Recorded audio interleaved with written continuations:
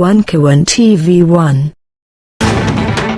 Saya mendapatkan telepon dari seorang Perdana Menteri. Beliau meminta betul Presiden Jokowi, tolong kirim yang namanya minyak goreng. Stok kami betul-betul sudah habis, dan kalau barang ini tidak datang akan terjadi krisis sosial ekonomi yang berujung juga pada krisis politik. Dan itu sudah terjadi di negara yang namanya Sri Lanka. Ya, pemirsa, kita beralih ke informasi yang juga berkaitan dengan tema utama kita pada hari ini. Kita tahu bersama krisis ekonomi di Sri Lanka kemudian membuat masyarakat melakukan aksi protes yang begitu besar. Bahkan massa ini menduduki istana presiden. Kalau kita lihat jumlahnya luar biasa, ribuan bahkan puluhan ribu kalau Anda bisa lihat. Ini kemudian merangsak masuk ke dalam istana presiden. Inilah sebagai bentuk aksi protes masyarakat Sri Lanka terhadap roda pemerintahannya yang memang dianggap sudah begitu terpuruk. Mereka langsung menggeruduk istana Gotabaya Rajapaksa. Mereka bahkan kabarnya mencicipi kolam renang, melihat berbagai fasilitas yang ada di dalam istana. Iya, menjajal berbagai fasilitas termasuk juga kamar tidur dari presiden. Kalau kita lihat nih, ada juga yang mencoba lokasi fitness dari istana presiden tersebut. Begitu mungkin aksi kemarahan yang ditimbulkan oleh massa tersebut. Apakah bisa kami gambarkan ini bukan hanya kemarahan tetapi juga bentuk keputusasaan masyarakat terhadap pemerintahan di Sri Lanka yang tidak bisa mengelola baik itu dari segi birokrasi, kemudian keuangan, dan juga jumlah utang yang begitu fantastis. Bahkan tadi Maria sudah mengatakan besar pasak daripada tiang karena ternyata rasio utang di Sri Lanka ini sudah jauh melebihi PDB-nya, kemarin sempat menembus 100%. Ya memang kalau kita lihat di Sri Lanka, maka pembelajaran yang harus kita ambil. Sebagai sebuah negara yang juga berada di Asia, Indonesia harus waspada tentunya. Nah, kejadian di Sri Lanka ini emang menggambarkan beberapa hal. Yang pertama adalah memang ada kekuatan rakyat. Jadi memang kita tidak boleh nih melupakan kekuatan rakyat gitu ya, Bang Andrew. Kemudian yang kedua, dinasti politik yang terjadi di Sri Lanka memang luar biasa. Jadi kalau saya tidak salah Presiden, Perdana Menteri, Menteri Keuangan itu saudara sekandung tuh, kakak beradik. Terus ada lagi saudaranya jadi Menteri Transportasi, terus ada satu lagi saudara anaknya kalau nggak salah. Anak Perdana Menteri. Anak Perdana Menteri ya, Menteri Pertanian. Jadi memang dinasti politiknya sudah luar biasa. Di Indonesia apakah sudah seperti itu? Belum. Tapi di level daerah banyak sudah yang suami ke istri, istri ke anak, itu sudah terjadi. Dinasti politik itu. Di level nasional ya kita sama-sama tahu apa yang terjadi di level nasional. Nah, kemudian yang selanjutnya yang perlu digarisbawahi juga, nanti mungkin Bang Rizal atau Prof Hendrawan bisa kolaborasi lebih jauh tentang kebijakan populis yang tidak tepat gitu ya. Salah satunya misalnya pengurangan pajak atau kalau nggak salah penurunan fiskal kalau nggak salah. Yang akhirnya penurunan pajak itu kan populis kan, tapi akhirnya membebani fiskal negara itu sehingga akhirnya harus berhutang banyak. Dan kemudian ada beberapa hal lagi pembangunan infrastruktur yang tidak tepat guna, menggunakan biaya besar tapi akhirnya terbengkalai. Beberapa hal itu menurut saya yang perlu diperhatikan dari pelajaran yang ada dari Sri Lanka. Tapi overall menurut saya bukan hanya untuk Indonesia, tapi untuk berbagai negara sebagai catatan dan harus terus diingat oleh siapapun penguasa di negara itu bahwa jangan bermain dengan kekuatan rakyat. Jadi pada saat people power itu dilakukan yang terjadi seperti yang kita lihat di Sri Lanka itu. Itu menarik tuh Bang Andro. Saya tweet tuh di akun Twitter saya @satriohenry, saya nggak nyebut apa-apa, saya cuma bilang bahwa bila ada yang lupa dengan kekuatan rakyat, tengok Sri Lanka. Saya nggak sebut Indonesia. Yang lupa siapa? Saya nggak sebut siapa yang lupa. Tapi yang balik itu seolah-olah ini adalah untuk penguasa di Indonesia. Ya mungkin juga yang langsung berpersepsi atau berasumsi seperti itu ingin juga mengingatkan penguasa negeri hati-hati dengan kejadian yang ada di Sri Lanka. Tapi beberapa faktor yang bisa kita pelajari tentang Sri Lanka itu memang harusnya menjadi pembelajaran penting buat Indonesia. Nah, kalau saya bicaranya tentang politik, bagaimana kegiatan-kegiatan atau program-program anti demokrasi juga terjadi di sana. Ya, not to mention dinasti politik tadi. Bagaimana yang terjadi di Indonesia? Misalnya ada beberapa hal yang perlu menjadi catatan penting tentang RUU KUHP yang tidak transparan misalnya, kemudian waktu itu ada Cipta Kerja, kemudian ada berbagai aturan-aturan yang menurut saya harus berhati-hati pemerintah untuk menyelenggarakan demokrasi. Memang secara teorinya demokrasi bisa langgeng dilaksanakan dalam sebuah negara bila 3 hal ini tercapai. Yang pertama adalah ekonomi yang merata, kemudian yang kedua hukum yang tidak tebang pilih, yang ketiga adalah kedewasaan berpolitik. Nah, yang terakhir ini juga terjadi di Sri Lanka, apa itu pemecahan atau tidak guyupnya suku-suku, budaya dan agama di Sri Lanka. Nah, ini juga menjadi perhatian penting menurut saya karena per hari ini salah satu pekerjaan rumah pemerintah tentang bagaimana meminimalisasi polarisasi itu tidak terjadi, belum bisa diwujudkan.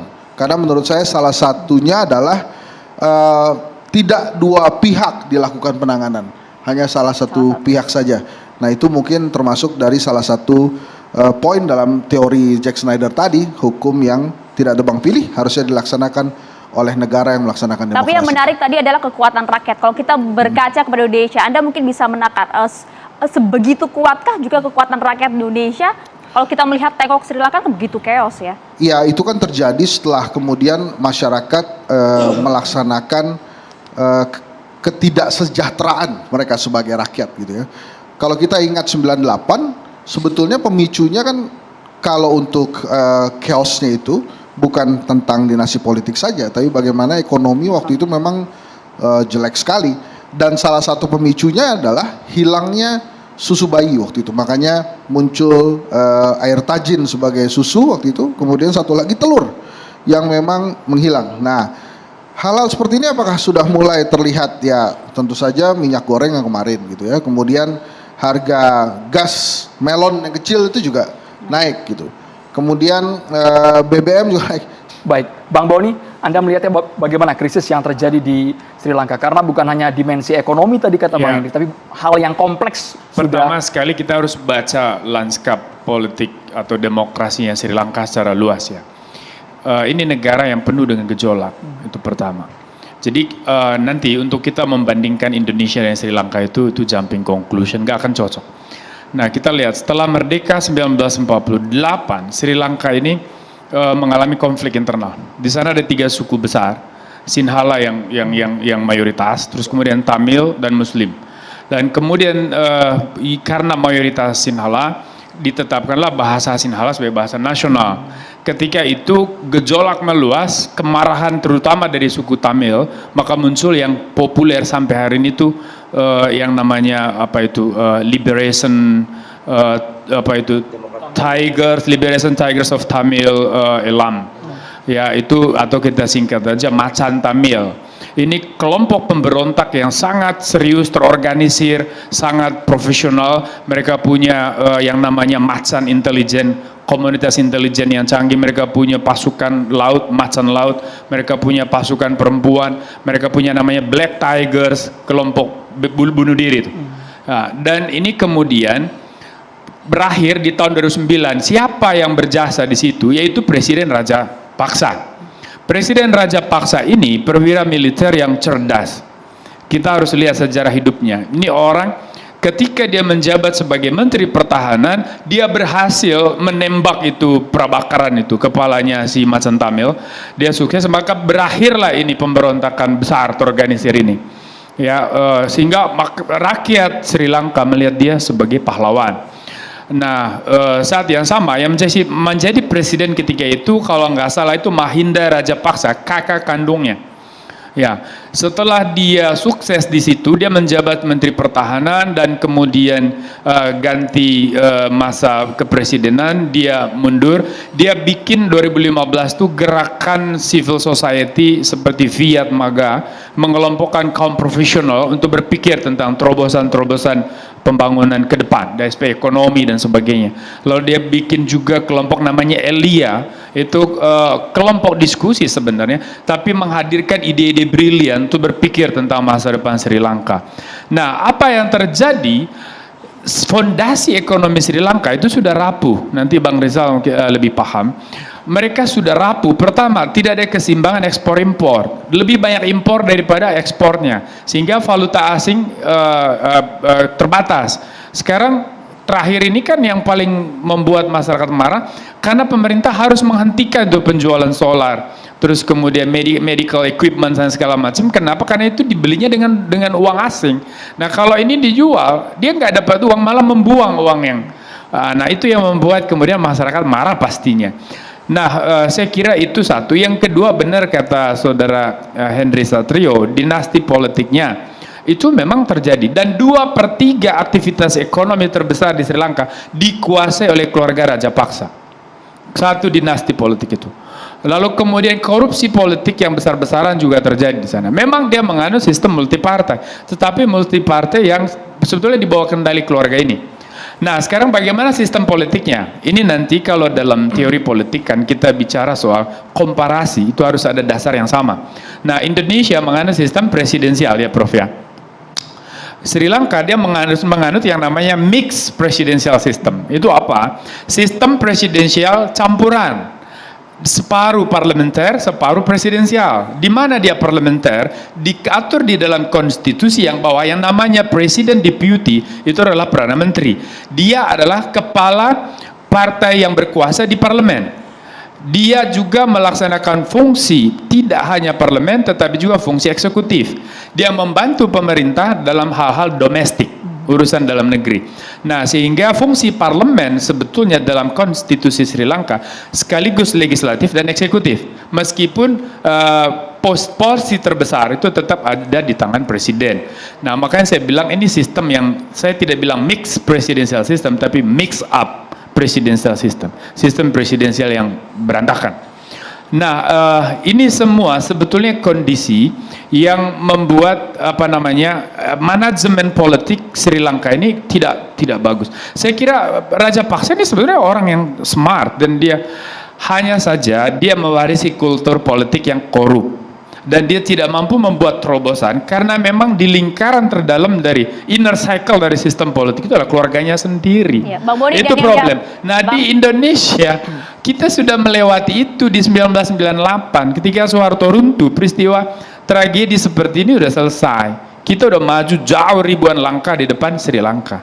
Jadi membandingkan Indonesia dan Sri Lanka suatu kemustahilan. Tentu kita harus pelajari sedikit ekonomi Sri Lanka. Ekonominya ekonomi biasa-biasa aja. Juga tidak terlalu berkembang, tetapi pemimpin-pemimpinnya sangat jor-joran dan ugal-ugalan untuk membangun proyek infrastruktur. Dibiayain oleh Cina. Misalnya sebagai hadiah kepada presidennya, di kampungnya dibikinlah airport gede. Di kampungnya Rajapaksa, begitu selesai nggak ada isinya. Ya, jadi ambisi untuk loncat dengan cepat, dengan bangun infrastruktur, dibiayain oleh Cina, dan akhirnya memang nggak mampu bayar lah, kolaps. Ya, yang kedua, KKN-nya memang ugal-ugalan. Besar. Ya, dan yang ketiga, sebetulnya di sektor pangan mereka agak lumayan, tapi juga belakangan bermasalah. Nah, untuk melihat apakah ada kemungkinan di Indonesia kecil atau besar, tentu kita harus analisa Indonesia hari ini secara ekonomi. Yang pertama, tentu Indonesia beruntung karena kita banyak komoditi lah. Komoditi tambang, sawit, dan sebagainya. Ya, tetapi semangat ugal-ugalan di dalam bidang infrastruktur, ya itu juga sama aja. Asal ngebangun tanpa planning yang mateng, tanpa analisa terhadap kemampuan bayar, sehingga banyak akhirnya akan jadi masalah. Walaupun bisa diselamatkan sementara dengan menjual at loss, tapi semangat ugal-ugalan untuk bangun infrastruktur, termasuk ibu kota baru, itu pasti menimbulkan tekanan. Nah, yang kedua adalah hutang kita memang sudah sangat besar. Memang ada yang bandingkan dengan Amerika nggak ada apa-apa, dengan Jepang itu perbandingan super ngawur. Karena Amerika satu-satunya negara yang bisa nyetak dolar berapa aja. Boleh bantu jelasin Bang, ini porsi utang warisan SBY dengan Pak Jokowi berapa sih sebenarnya? Ya adalah nanti detail, tapi tentu Pak Jokowi jauh lebih besar lah. Poin saya adalah kalau Amerika dia bisa nyetak dolar berapa aja karena dia superpower. Begitu hegemoni sebagai superpowernya nggak ada ya dolar collapse.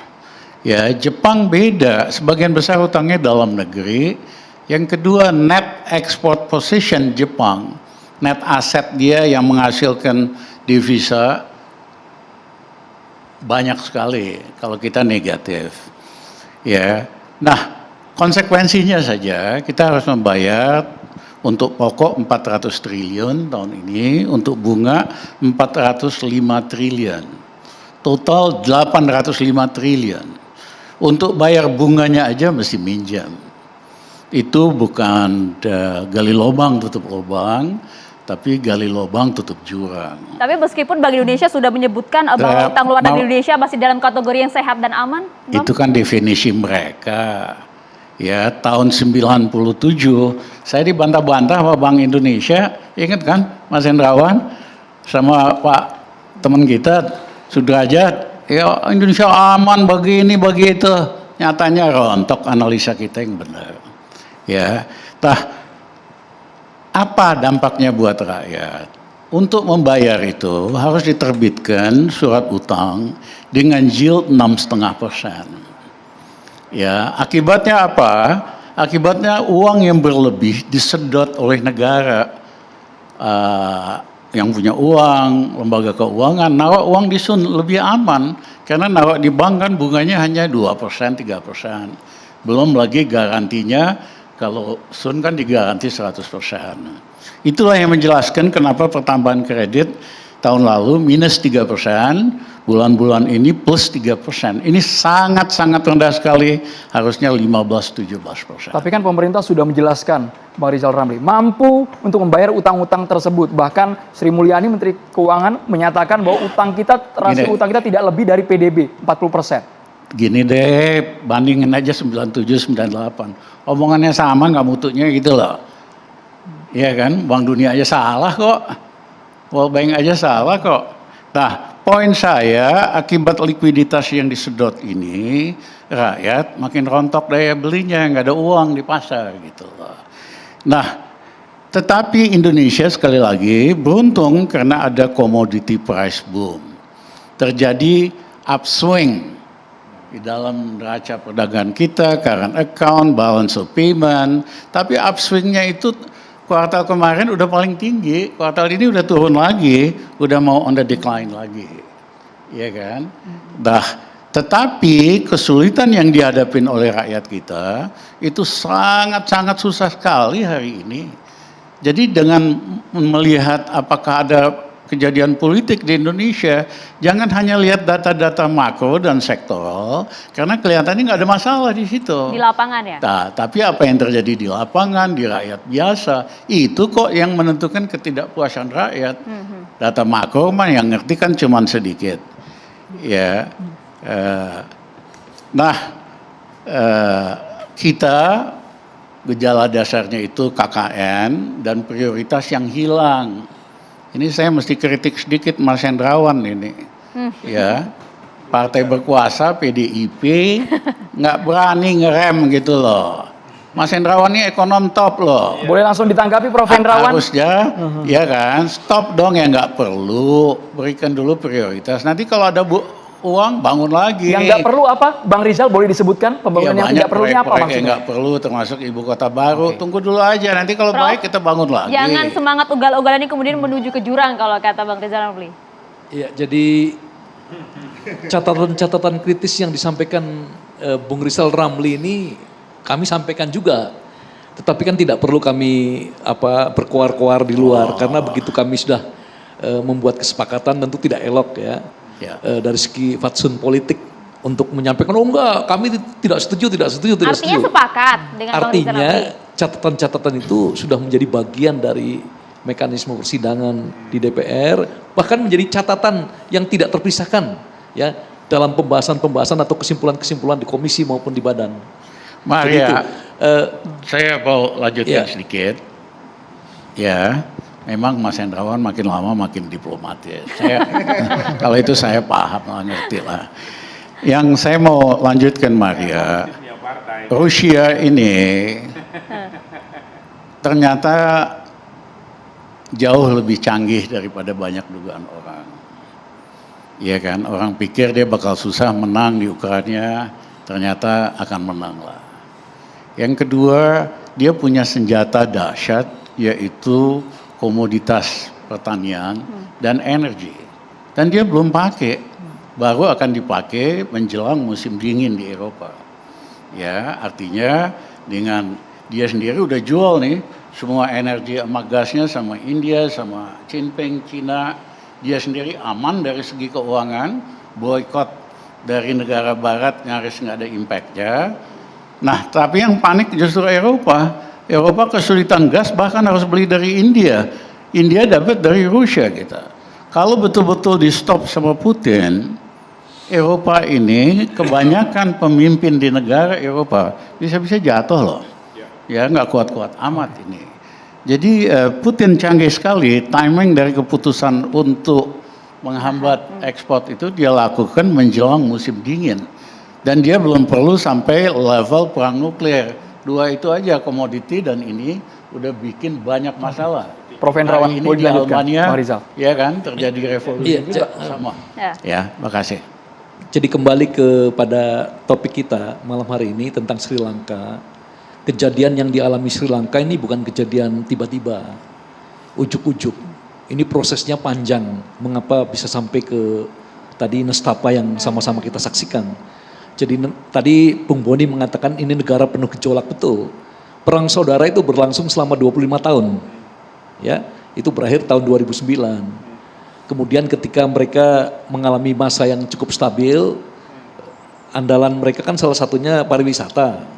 Terpukul dengan bom 21 April 2019. Saya ingat karena itu pas hari ulang tahun saya, 21 April. Jadi 3 mall dan 3 gereja kalau tidak salah. Korbannya lebih dari 250 orang, yang luka ratusan. Kemudian kebijakan ekonomi yang tidak konsisten. Bank sentral diputuskan untuk menjadi independen, tiba-tiba tahun 2019 dirubah lagi dan seterusnya. Ngawur, jadi kengawuran-kengawuran itu bertemu dengan pandemi dan krisis Rusia-Ukraina. Jadi tambah parah apa yang terjadi, apa yang kita lihat. Tetapi saya ingin bandingkan begini, supaya kita mempunyai perspektif yang lebih akurat. Sri Lanka itu luasnya hanya kurang lebih setengah Pulau Jawa. Pulau kecil ya. Kemudian penduduknya itu hanya 23 juta. Jadi artinya apa? Dalam kondisi pandemi dan krisis Rusia-Ukraina seperti ini, krisis disrupsi rantai pasok, daya tahan pasar domestiknya itu lemah, tidak seperti Indonesia. Jadi Sri Lanka itu mengalami 3 hal secara bersamaan. Yang pertama, dia terlambat dalam melakukan diversifikasi produk ekspor. Yang kedua, pasar domestiknya tidak kuat untuk menghadapi gejolak eksternal. Kemudian yang ketiga, rentan sekali eksternalitasnya. Jadi utang yang jatuh tempo demikian besar, ya, debt to GDP-nya begitu besar, sehingga begitu ada goncangan sedikit, ini seperti orang yang sudah, ya, air yang di hidung ini. Satu gelombang kecil saja sudah menenggelamkan termasuk mereka. utang untuk membangun mega proyek infrastruktur Salah seperti satunya, pelabuhan yang ada di Sri Lanka. Ini kan ironis. Oke. Siapa yang belajar teori ekonomi, tahun 50-an itu selalu memberi contoh Sri Lanka. Sri Lanka ini kebijakannya luar biasa, mensubsidi susu untuk ibu-ibu yang sedang hamil, ya, sehingga hasilnya apa? 40 tahun kemudian profesor-profesor di banyak universitas terbaik di dunia berasal dari Sri Lanka. Kalau rebutan beasiswa di dunia, mahasiswa-mahasiswa dari Sri Lanka yang menang. Itu dari buah dari tadi, mensubsidi susu untuk ibu-ibu hamil. Tapi sekarang, ya, dikritik karena apa? Karena kebijakan yang terlalu populis, ya, tadi infrastruktur yang ugal-ugalan, tentu korupsi, ya. Tapi intinya yang ingin saya katakan, ya, kalau kita bandingkan dengan Indonesia, begitu tahun 98, manajemen keuangan kita itu relatif prudent, ya, atau kalau kita bisa mengatakan sangat prudent, ya, karena kita sangat hati-hati. Bank Indonesia juga ikut intervensi dengan burden sharing, misalnya dalam kasus yang kemarin, ya, kemudian bahkan kita menerbitkan sejumlah perpres, perpu, ya, untuk mengantisipasi gejolak-gejolak lanjutannya. Ya, saya kira pertama saya ingin katakan mengomentari pernyataan Profesor Hendrawan bahwa Indonesia tidak mungkin. Kalimat tidak mungkin itu seperti takabur, ya, Bang Han. Itu sangat Jauh tadi katanya, Mas. jauh dan tidak mungkin tadi. Saya kutip, kalau bisa direview tidak mungkin. Termasuk Mas Boni. Jadi saya kira sesuatu yang tidak mungkin itu miliknya Tuhan lah itu. Apapun bisa terjadi. Saya ingin katakan begini, kalau dilihat dari kondisi Sri Lanka memang harus diakui secara size sangat berbeda. Ini sama Jawa Barat saja lebih besar Jawa Barat, ya, secara penduduk 22 juta secara penduduk, exactly. Nah, saya ingin katakan bahwa begini, pertama yang terjadi di Sri Lanka adalah kemarahan warga negara terhadap pemimpin yang kira-kira 2019 sebelumnya itu sangat dicintai. Pemilih Gotabaya Rajapaksa ini adalah 52%. Dia adalah seorang pahlawan perang dianggapnya. Jadi sangat dilulukan, tetapi tiba-tiba menjadi yang sangat tadi dianggap dulu singa, tapi kemudian menjadi di bawahnya anjing bahkan begitu, kucing bahkan. Nah, ini ada satu pelajaran yang berharga bahwa dalam waktu tidak terlalu lama 5 tahun keadaan bisa berubah. Apa yang membuat ini berubah? Menurut saya ini menarik, ya. Saat pandemi COVID terjadi di awal 2019, ini ada satu pemikir yang mengatakan bahwa pandemi COVID ini akan melahirkan krisis kesehatan yang kemudian diikuti oleh krisis ekonomi, krisis sosial, krisis politik. Dan saya kira apa yang terjadi di Sri Lanka itu runtutannya kalau kita lihat sama persis. Krisis kesehatan, krisis ekonomi, krisis sosial, dan sekarang berakhir pada krisis politik. Dan saya agak worried, meskipun 13 Juli kemudian akan mengundurkan secara formal, tetapi kalau dilihat ini bisa berpotensi jadi negara gagal. Ini bisa seperti Arab Spring, di mana pemimpin itu yang digantikan tidak menemukan kata sepakat dan terjadinya akhirnya perpecahan dan jadi negara gagal. Nah, saya ingin mengatakan bahwa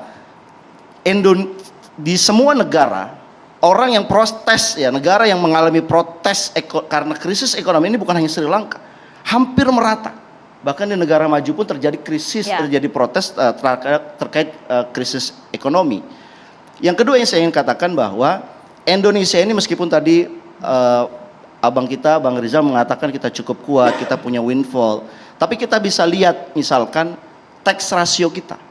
Tax ratio kita itu yang paling rendah di antara negara-negara ASEAN. Negara ASEAN itu double digit.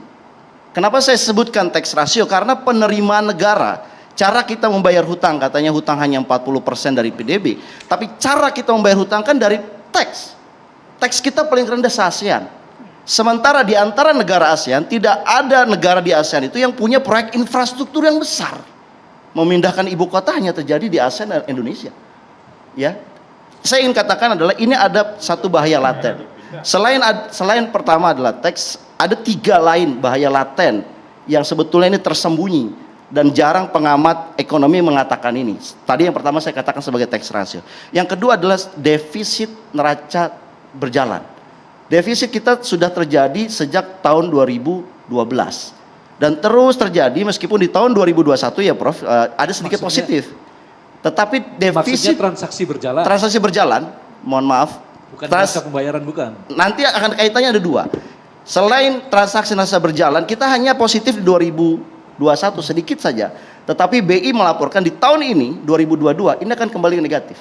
Dan ini terjadi sejak tahun 2012. Tapi kan masih dalam kategori aman.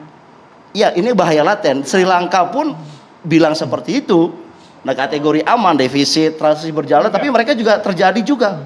Brother, dari tahun 2005 Sri Lanka itu udah kewalahan ngos-ngosan. Yang Itu, saya ingin katakan, bayangkan, luar biasa transaksi dia bertahan berjalan sampai hari itu ini. diawali karena dia lebih banyak impor dibandingkan ekspor.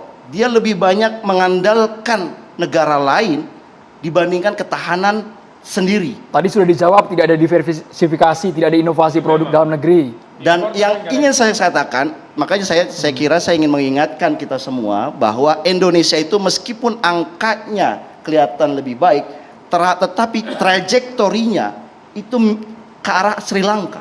Trajektorinya saya katakan, teksnya terus menurun, hutangnya terus bertambah. Meskipun skalanya tadi sudah dibantah, tapi trajektorinya, dan saya kira tidak hanya Indonesia ini terjadi, Pakistan, Nepal, India, Turki, termasuk hal yang sama. Jadi saya ingin mengatakan bahwa ini terjadi secara globally, dan disinilah ujian. Apakah pemimpinnya itu memiliki kenegarawanan yang tinggi, atau dia selfish, mengikuti pendapat pribadinya dan mengikuti ego pribadinya. Ini adalah ujiannya. Nah, yang kedua saya ingin katakan, kita juga punya masalah mengenai neraca minyak. Neraca minyak kita itu mengalami defisit sejak tahun 2004, dan ini tidak ada penyelesaian. Siapapun presidennya tidak menyelesaikan neraca minyak. Neraca jasa kita negatif. Di sini angkanya sejak 2014. Neraca pendapatan primer kita juga negatif sejak tahun 2014. Keseimbangan primer atau pendapatan primer, orang mengatakan Prof, itu istilah termaja dalam neraca pembayaran. Nah, saya ingin mengatakan bahwa saya tidak bicara dalam konteks presidennya, tetapi kita ini punya masalah fundamental yang cukup serius. Trajektori kita mengarah ke sana, cuman size-nya saja. Dan kita harus ingat, 98 tadi Bang Rizal sudah ingatkan. Saya bertanya juga kepada salah satu penasehat presiden saat itu. Saya katakan, bagaimana fundamental 98 saat itu ketika saya riset? Mereka katakan semuanya baik-baik saja. Rasio hutang terkendali, hutang publik terkendali, tidak ada yang mengkhawatirkan. Tetapi ternyata meledak. Dia bilang apa? Ada satu data yang ternyata Indonesia tidak punya, yaitu kredit corporate terhadap luar negeri. Dan ini tidak terkendali, dan ini dilakukan oleh para kroni tahun 98 itu.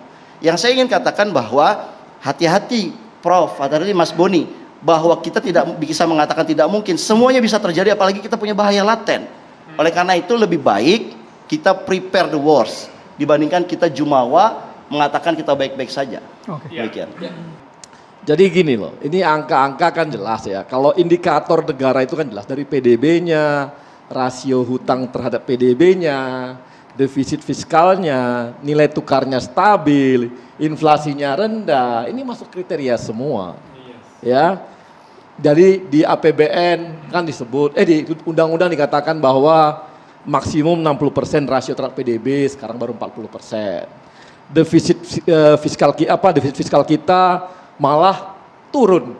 Target APBN tahun 2022 itulah 4,85%. Ternyata sekarang turun 4%. Ada penurunan nih. Jadi ada penurunan yang bagus nih dari pemerintah menurunkan hutangnya. Penurunannya kan gitu ya. karena dipaksa, ada undang-undangnya. Loh, nanti 2022 nggak boleh 3%. Bukan, lihat 2023 target 3%. Iya, 2023. 2023 tahun depan. Itu dipaksa, ya. Bang. Enggak. Ya kita enggak, tenang aja ya. Rupiah kita lihat dong. Memang sempat kena 15.000, turun lagi. Padahal Amerika menaikkan suku bunganya. Di mana-mana kalau Amerika naikkan suku bunga, goyah itu.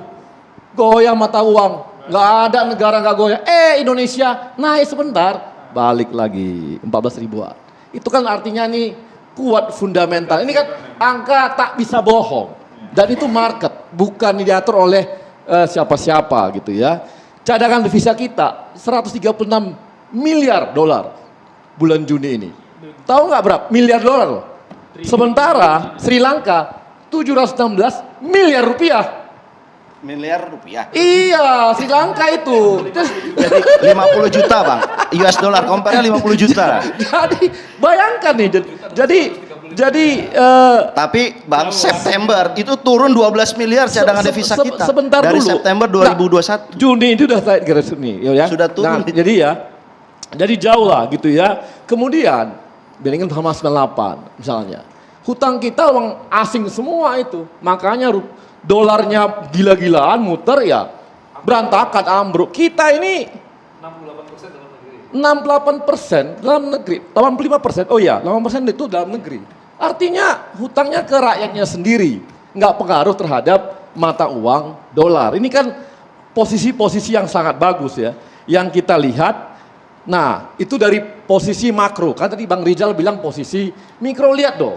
Yang pertama kita lihat apa? Citayam Fashion Week. Itu satu. Yang kedua, ultra mikro. PRJ lah. Ultra mikro kita bertumbuhnya gila-gilaan. Yang dikelola oleh pemerintah loh, BUMN. Bukan di luar. Pemerintah naik 2019 itu hanya 5 juta. Sekarang hampir 13 juta loh ultra mikro yang kita garap. Target akhir ini adalah hampir 15 juta digarap oleh holding ultra mikronya BUMN. Ini baru ultra mikro, artinya itu mempengaruhi 52 juta orang karena kali 4 satu keluarga. Itu artinya ultra mikro itu paling di bawah. Level paling di bawah kita garap habis-habisan. Yang mungkin para pemain di atas elit ini nggak ngerti. BUMN-nya kerja di bawah terus gitu. Belum lagi kur kita naik loh. 373 triliun tahun ini. Dibandingkan 2014, terakhir naik 3 kali lipat. 2014 itu 114 triliun, sekarang 373 triliun tahun ini. Artinya naik hampir 3 kali lipat dibanding 2014. Dan itu lapangan pekerjaan yang dibuka tahun ini mencapai 32 juta lapangan kerja dari kur. Nah, artinya ketika level terbawah terjaga ultramikronya, daya belinya nyampe bos, ngangkat ke atas. Nah ini naik ada mikro, informasi yang, naik ke atas. Bang, ada informasi yang abang kasih separuh. Abang nggak cerita mengenai suku bunganya, ultramikro dan kur. Saya yang katakan begini, kemarin BI punya asesmen terhadap suku bunga dasar kredit, di mana kita malu bang. Kenapa bank-bank BUMN kita suku bunganya di atas dibandingkan bank-bank asing, sebentar dulu, terutama untuk ultra mikro dan kur. Mereka 6,5%, 12%, belum selesai. Ada yang 4,5% untuk ultranya. Jadi negara itu tidak hadir di sini. Gini, kita habiskan. Bayangkan dulu. Sebentar, ini belum selesai bang saya. Dulu ini ejek-ejekan saya suka main-main. Abang kalau ke Kebayoran Lama di bawah jembatan itu, yang jam 4 pagi, jam 10 malam buka. Pasar sayur yang akan tutup jam 6 sore, 6 pagi, itu dipinjam 5.000, kembalinya 16.000, artinya 20% dalam tempo 6 jam. Itulah ultramikro yang selama ini tidak digarap oleh pemerintah. Sekarang kita masuk. Kalau ejekan kami lu apa? BNI 48 namanya Pak, bukan 46. Pinjam 4 kembali 8. Bukan pinjam 4 kembali 6. Bukan. Nah sekarang udah kita garap, orang-orang yang sekarang ini yang kemarin sampai 2019 baru hanya 5 juta, sekarang udah nyampe 13 juta, hampir 13 juta. Ini yang kita garap loh. Dengan beban yang lebih berat. Loh bukan, sebelumnya mereka bebannya lebih parah lagi bunganya. Nah inilah saya bilang, karena kan kami ini adalah, maaf nih, BUMN ini degup jantung di bawah terasa. Kami itu betul-betul bermain-main di bawah untuk bantu rakyat, untuk ekonomi rakyat. Ini tahu kita degupnya. 40% ekonomi Indonesia kan digarap oleh BUMN. Jadi kita tahu tiap hari apakah ada kondisi agak riskan atau enggak. Makanya ketika Citayam Fashion Week terjadi, kami lihat itulah cerminan level terbawah. Mudah-mudahan itu juga yang terjadi dibandingkan sama Sri Lanka. Jadi jauh berbeda. Jangan samakan, karena apa? Karena Sri Lanka itu BBM pun gak ada lagi. Dan satu hal harus kita ingat, kita kadang-kadang suka remeh sama pemerintahan Pak Jokowi.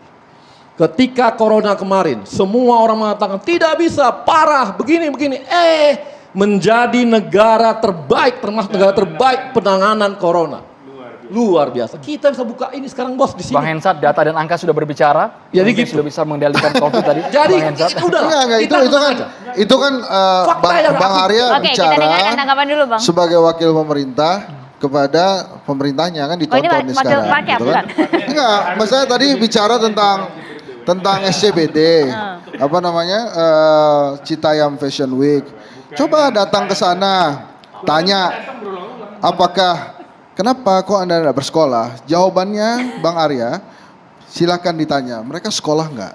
Nah sebentar, dulu. Bang, lagi libur. Enggak, Lagi sebentar. liburan, Bang. Bukan. Lagi liburan, Kita Bang. dengarkan dulu, Sebentar Bang. dulu, coba ditanya lagi. Nah kemudian yang kedua, tentang suara arus bawah, coba dilihat lagi. Apakah mereka tidak menjerit pada saat gas melon itu naik? Menjerit Bang, tunggu dong. Gas melon nggak naik, Bang. Naik Bang. Nggak ada gas melon naik. Naik, Sampai Bang. hari ini tidak ada gas melon naik. Hari ini yang naik gas 12 kg sama 12 5,5 kg. Beda. Gas non subsidi. Non subsidi. Iya. Kalau Hari ini subsidi naik. juga tidak ada naik. BBM Nggak, non coba subsidi. makanya dicek Iya. sekali-sekali beli. Loh, Bang, ini jelas. Ini saya beli nih, barusan.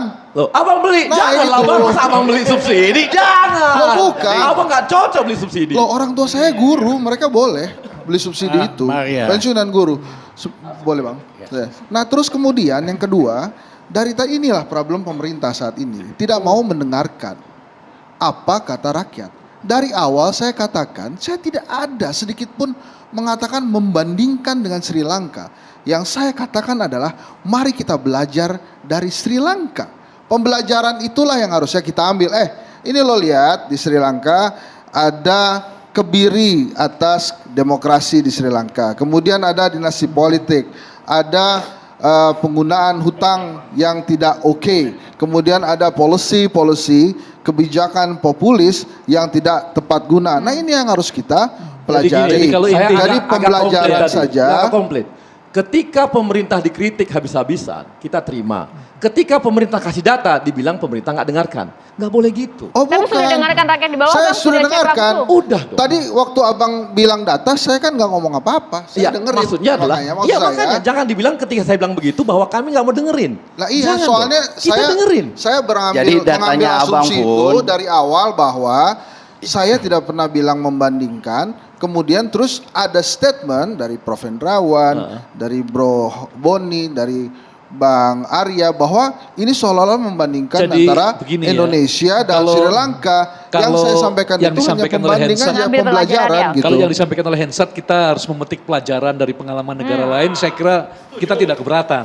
Yang saya agak keberatan adalah kalau kita sedang masuk dalam perangkap yang sama, dalam trajektori yang sama, trajektori menggunakan Tapi istilah. menurut saya ada ini juga, yang saya Prof. kira terlalu Ya. terlalu deterministik Nah, ya. Jadi Izin komen ya, kalau soal oke. itu. Nanti tadi kan diskusi kita ini menariknya dibuka oleh satu sudut pandang yang spesifik oleh saudara kita Bro Dinasti Henry politik. Satrio. Hensat tadi bagus bukanya soal dinasti politik karena memang dinasti politik di Sri Lanka ini persoalan yang sangat rumit dan disinilah the rule of all evil yang memunculkan banyak problem lain. Ya sehingga kemudian dia juga manajemen politiknya gagal dan akhirnya sampai ke bangkrut. Nah di Indonesia dan di banyak di negara dinasti itu juga terjadi. Di Indonesia saya mungkin tidak bisa mengatakan semuanya dinasti karena regenerasi politik dalam keluarga tidak selalu dinasti. Ya di daerah banyak Kata dinasti mengacu kepada peralihan kekuasaan karena kewenangan siapa pendahulunya mewarisinya karena garis keturunan, Kalau- bukan karena sistem merit kalau atau merit system. Pak Presiden sebentar bos. menempatkan Kalau anaknya, misalnya itu dinasti bukan, presiden Bang. memberikan jabatan atau memberi akses supaya anaknya menjabat, tapi anaknya tidak kompeten dan prosesnya menyalahi prosedur demokrasi, that's dinasti. Tetapi apa yang berbeda terjadi di Indonesia, hanya kita di start dalam dari pemerintahan PSBY. Pak Jokowi saja. Kita start dari PSBY. Belum sampai 2 periode sudah ada menempatkan keluarga. Loh, Kita start dari Partai Gelora mendukung loh. Pak Harto Ini- itu baru mengajak itu 30 tahunan. Bos, Partai Gelora mendukung loh. Jadi ini, begini. menurut Saya harus begini. jelaskan dulu dinasti ini secara Nggak, poinnya menyeluruh. gini. Kita tahan Jadi dulu, Mas. dinasti ini di contoh di Indonesia ya, katakan Pak SBY kita katakan melakukan dinasti. Tapi kan susah juga kalau kita mau ini pure dinasti karena proses seorang Ibas Agus Harimurti berpolitik juga memenuhi prosedur demokrasi. Sebentar dulu gini. saya nggak sama mengatakan- halnya dengan kemudian putra-putra dari Bapak Jokowi. Presiden Jokowi ataupun yang lain. Nah, saya kira tidak soal hubungan darah di sini, tetapi soal mekanisme Jadi transfer Mas Boni kekuasaan. ini selalu Mekanisme ketika transfer diserang, kekuasaan memberikan yang contoh tidak sebelumnya, padahal tidak demokratis. relevan contoh sebelumnya itu. Mekanisme transfer saya katakan kekuasaan yang contohnya tidak Pak demokratis Harto. hanya berdasarkan Pak Harto garis itu, keturunan. Mas Itu Boni, dinasti. Pak Harto itu dikatakan dinasti kan oleh Anda juga waktu kita di kampus berdiskusi. Pak Kenapa? Harto jelas 30 karena tahun itu tidak baru mengikuti kemudian mengajak prosedur anaknya demokrasi. dalam pemerintahan. Nah ini Itu kan belum tidak sampai mengikut- 32 tahun, belum sampai 2 periode selesai juga. Anaknya masuk pemerintahan, iparnya, Bro. kemudian Bro, gue kasih tahu luar Pak Harto, biasa menurut saya. Pak Tapi kalau Harto- sesuai dengan mekanismenya Pak tadi, Harto Saya melakukan ingin mengatakan begini, dinasti politik memang kalau dalam demokrasi sebatas dipilihnya secara demokrasi nggak ada masalah, yes. Tetapi di situ ada problem. tapi Pak Harto ikut prosedur Itu karena menunjukkan kan enggak. leadership itu tidak berjalan. Kalau zaman Pak Harto seenaknya angkat anak perempuannya, lakinya jadi pejabat. Itu dinasti, setuju. Maka peristiwa 98 itu sudah menjadi pembelajaran Boni, besar bagi Boni. sejarah kita. Sri Lanka Ya. baru mengalaminya. Oke. Baik. Jadi artinya Saya bahwa rasa harus ada ini kita koreksi udah sedikit. kejauhan. Boni. Ya, siap. Pak Harto angkat tutut bulan Maret tahun 98. Gara-gara itulah dia jatuh. Dia Tapi menjadi sebelumnya dia nggak angkat siapa-siapa, keluarganya jadi pejabat. tapi yang akses bisnis segala macam. Nah kalau itu iya KKN. Yang Jeffrey bilang Tommy cendana Soeharto. oligarki. Hari ini Gibran juga KKN. Kaisang juga KKN. Ada Perusahaannya lebih banyak daripada Soeharto. ada parameternya, Bang. Ada semua data sama faktanya. Bang Rizal, Disampaikan dengan Bung Arya tadi data dan fakta, silakan dikomentari Bang Rizal. Iya, memang ada hal bagus yang dilakukan di dalam BUMN, yaitu PNM. PNM tadinya ada, tapi skalanya jauh lebih kecil. Belakangan ini skala dari PNM jauh lebih besar. Dan itu menganut prinsip jaminan tenggang renteng dari semua peserta. Memang itu program sangat signifikan dampaknya. Tapi di luar itu, total kredit untuk usaha kecil menengah masih sekitar 18%. Ya kan? Dan menurut saya sih itu tidak memadai, harus ditingkatkan dalam 2 tahun jadi total 30% total kredit, karena yang besar kan bisa cari uang di pasar modal, pinjam di luar negeri, dampaknya terhadap penciptaan lapangan pekerjaan, terhadap daya tahan ekonomi akan semakin kuat. Nah, yang kedua adalah saya setuju sama Mas tadi, ini bukan soal mungkin nggak mungkin, ya kan? Kalau kita meneliti baik data-data makro sih so far so good, tapi seperti saya katakan tadi, data-data sektoral, data-data tingkat kemiskinan, kesulitan likuiditas yang dihadapi rakyat, itu masalah yang cukup besar dan akhirnya bisa backfire. Ya, jadi itulah yang saya ingin sampaikan. Ada hal-hal yang bagus, PNM, tapi soal-soal lain sih, ya Mas Hendrawan harus lebih galak nih. Kok bisa bangun proyek itu tanpa pertimbangan keuangan yang benar, ya kan? Kan bahayanya itu kebijakan fiskal yang ugal-ugalan, nggak responsibel. Itu tidak hanya terjadi di situ, di Latin Amerika juga sama, di Albania juga. Itu yang akhirnya jadi awal dari krisis karena tidak physically prudent, walaupun ngakunya prudent gitu. Langsung ditanggapi ya, Bang. Jadi catatan yang disampaikan Bang Rizal Ramli ini juga menjadi catatan kami ya. Itu sebabnya dana APBN untuk misalnya pembangunan IKN kan hanya 19%. Kecil ya. Dibanding dengan yang inovasi pendanaan yang dibangun begitu Bang Rizal Ramli. Tetapi kalau kembali ke topik kita, setelah Sri Lanka, who is next gitu kan? Siapa lagi? Tentu kita sudah bisa melihat di namanya ada satu badan independen yang menerbitkan Fragile State Index. Jadi indeks negara yang rentan. Yang nomor 1 Yaman, Sudan, Somalia, Nigeria, macam-macam. Indonesia itu ada di urutan 99. Jadi kita itu sudah dibanding dengan negara-negara yang lain, bahkan dengan India dan Tiongkok saja, kita lebih baik loh. dalam fragile state index itu. Posisi sangat aman untuk Indonesia. Artinya iya relatif aman. Itu lembaga yang mengeluarkan World Bank, IMF, tapi ada lembaga Enggak, yang lain. Peace for Fund namanya. Ya, Peace for Fund. Ada lembaga Iya, yang jadi lain. lembaga independen ini. Yang bicara government debt, Yes. sovereignty kita ranking ke-34 secara rentannya, Prof. Tapi yang penting rata-ratanya. Kalau kita jauh Dari di atas 114 rata-rata dari itu bagus 34 gitu itu kan. ngeri, Prof. Jadi artinya kita lihat in comparison dengan Tahun 98 IMF Bank Dunia menyimpulkan Indonesia miracle Asia tidak mungkin kena krisis. 94. Pernyataannya paling tetapi kondisinya sudah beda ya Bung Rizal ya. Sekarang sudah kita mempunyai Prof, saya dengar di program-program. CNN, Perdana Menteri Sri Lanka yang mundur ini, Ranil, itu mengatakan kepada rakyatnya. Perdana Menterinya akan, iya, maksud saya dia ngomong di CNN, dia katakan, saya catat keluhan rakyat, mohon rakyat bersabar. Terjadilah peristiwa itu kira-kira 2 hari sebelum penyerangan ya. Tapi Bang Hidayat setuju ya bahwa begini, Prof. Kadang-kadang mengatakan mencatat, bersabar, itu tidak menyelesaikan enggak, masalah. tetapi kita intinya harus melakukan reformasi struktural sebagai prakondisi untuk game changers ke depan. Itu sebabnya kita melahirkan Undang-Undang Cipta Kerja, sampai yang terakhir Undang-Undang Harmonisasi Perpajakan, Undang-Undang Hubungan Keuangan Pusat dan Daerah, dan yang sekarang sedang digarap. Nah, RUU inilah reformasi sektor keuangan. misleadingnya. Undang-Undang Cipta Tenaga Kerja itu pro-nya bukan kepada buruh, pro-nya kepada investor. Peraturan pemerintahnya ini yang sekarang sedang kami cermati. Saya ingin katakan gini, Jangan kita sampai membuka disfungsional. Prof, kita membuka Undang-Undang Cipta Kerja untuk memberikan karpet merah buat investor, tapi investornya nggak ada karena lagi krisis. Sementara Itu kan buruhnya karena dikurangin pandemi, hak-haknya, tapi kan termasuk sekarang hak proses- pesangon. Jadi saya ingin katakan Undang-Undang Cipta Tenaga Kerja itu dan sudah dibuat aturan oleh MK itu melanggar. Nah, saya ingin katakan begini, menurut saya ini mungkin karena Tapi ini intinya reformasi Poinnya, struktural Bang. setuju. Terakhir. Reformasi struktural setuju. saya setuju dan saya ingin katakan setuju kan? begini, saya kok Reformasi menyayangkan mental, reformasi BUMN kita struktural. ini ada Bang Arya dan Ya. negara. Kita tidak Mas- bicara cukup serius Mas mengenai Hendrawan. ketahanan pangan dan Mas- ketahanan energi. Oke, Buktinya langsung apa? ditanggapi Mas Bang Arya. Hendrawan, Tidak bicara serius struktural mengenai itu ketahanan kan pangan dan beda energi. yang kelihatannya bagus. Siapa bilang? Misalnya Omnibus Law.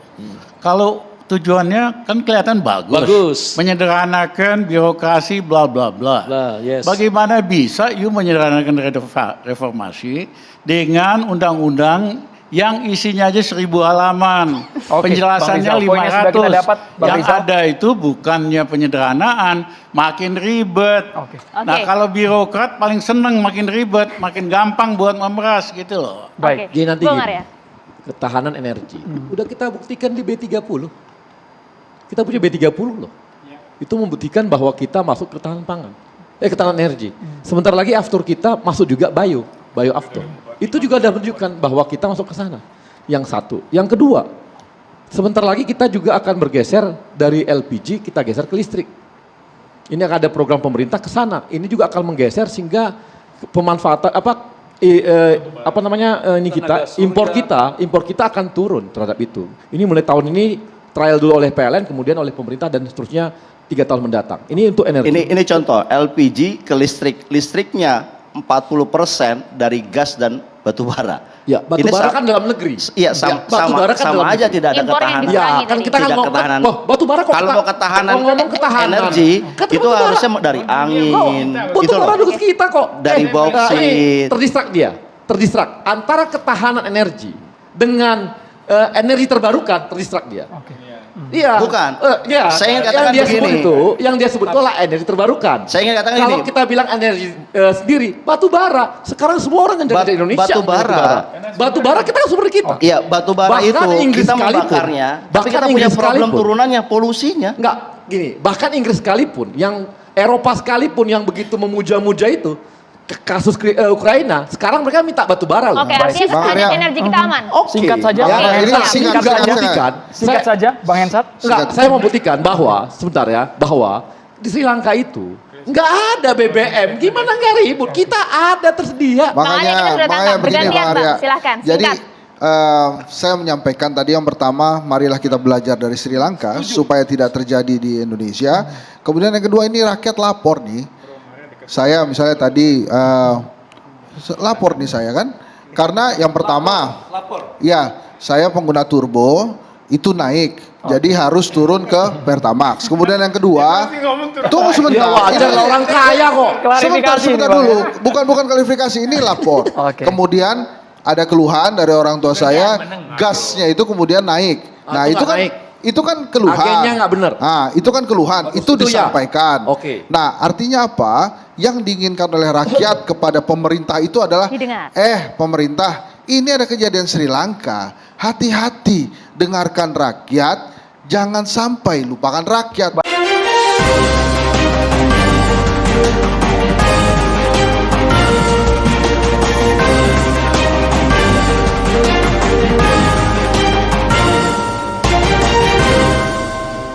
One Kawan TV 1.